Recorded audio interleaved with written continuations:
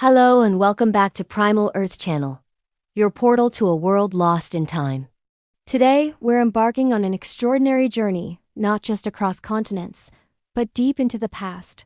Forget everything you know about the modern world. We're rewinding the clock millions of years to an Earth that was wilder, grander, and infinitely more dangerous.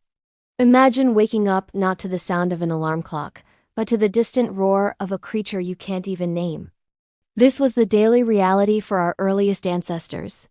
So, buckle up as we explore how they survived in a world teeming with prehistoric dangers. Let's set the scene.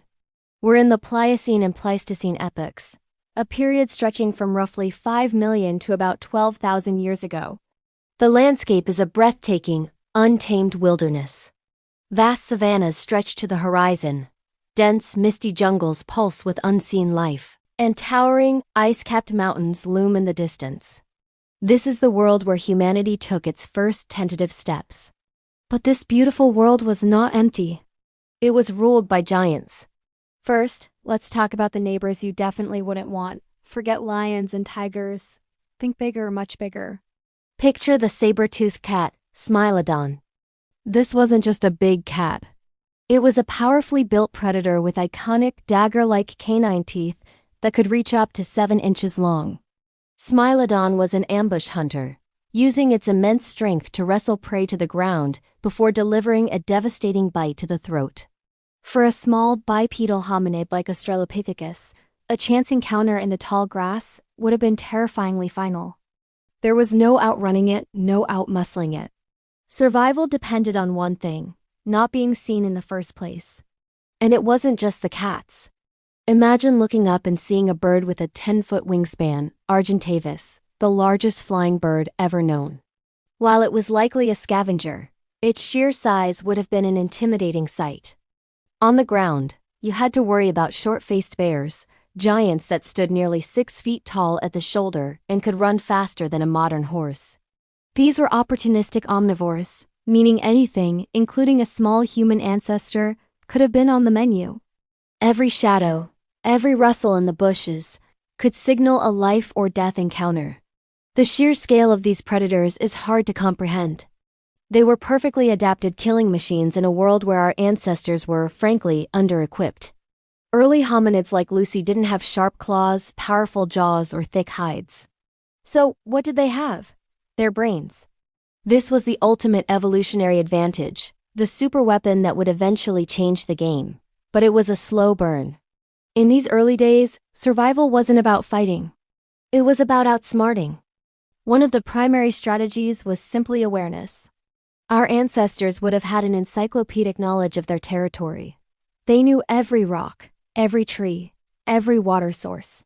They understood animal behavior, recognizing warning calls from birds or monkeys that signaled a predator was near. This constant state of high alert, this deep connection to their environment, was their first line of defense. They likely moved in groups because there's safety in numbers. More eyes and ears meant a greater chance of spotting danger before it was too late. A lone hominid was a target. A group was a much riskier proposition for a predator. Think about their daily routine. Finding food was a full-time job fraught with peril. Foraging for plants, roots, and berries meant venturing into the open, away from the relative safety of trees or cliffs. Even scavenging was dangerous. Finding a carcass left by a Smilodon might seem like a jackpot, but the original hunter could still be nearby. Or worse, other scavengers like giant hyenas might be converging on the same prize. It was a high-stakes race against time. Get in, grab what you can, and get out before you become the next meal. This is where the first simple tools became critical. A sharpened rock wasn't a weapon to fight a saber-toothed cat, but it was perfect for quickly cutting away meat and smashing bones for nutritious marrow. Let's not forget the environment itself. The climate was volatile. Ice ages came and went, dramatically reshaping the land. A lush forest could, over generations, become a frozen tundra. Surviving these shifts required incredible adaptability. It meant following the herds, finding new water sources, and discovering new types of edible plants. A volcanic eruption could blanket the land in ash, poisoning water and killing vegetation for miles. A simple thunderstorm could cause a flash flood, wiping out a campsite in minutes. Nature itself was an ever-present, impartial threat. So how did they cope? Beyond group cooperation and simple tools, the development of fire was a monumental turning point.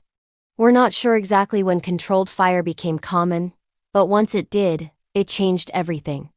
A campfire at night provided warmth, a way to cook food, making it easier to digest and safer to eat, and most importantly, it was a potent deterrent. The flickering light and smoke kept the nocturnal horrors at bay. For the first time, our ancestors could create a small temporary bubble of safety in a world of darkness and danger. The circle of firelight became the first true home, a place for social bonding, sharing stories, and planning for the next day's survival. This social element cannot be overstated. The ability to communicate, to teach the young, to share knowledge about which plants are poisonous, where the predators hunt, and how to make better tools, this was the true engine of human progress. Each generation didn't have to start from scratch. They inherited a growing library of survival knowledge passed down through gestures, sounds, and eventually, language. This collective intelligence allowed small, physically weak hominids to outwit and outlast creatures that were many times stronger and faster. Living in the prehistoric world was an exercise in constant vigilance and ingenuity. Every single day was a test. It was a life of profound hardship, but also profound connection to the tribe, to the earth, and to the rhythm of the natural world. They weren't just surviving. They were learning, adapting, and innovating. They laid the groundwork, bite by painful bite, for everything that followed.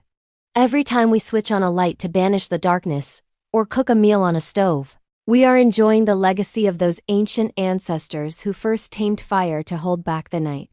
Their struggle against the prehistoric dangers of their world is the epic, untold story of our own beginning.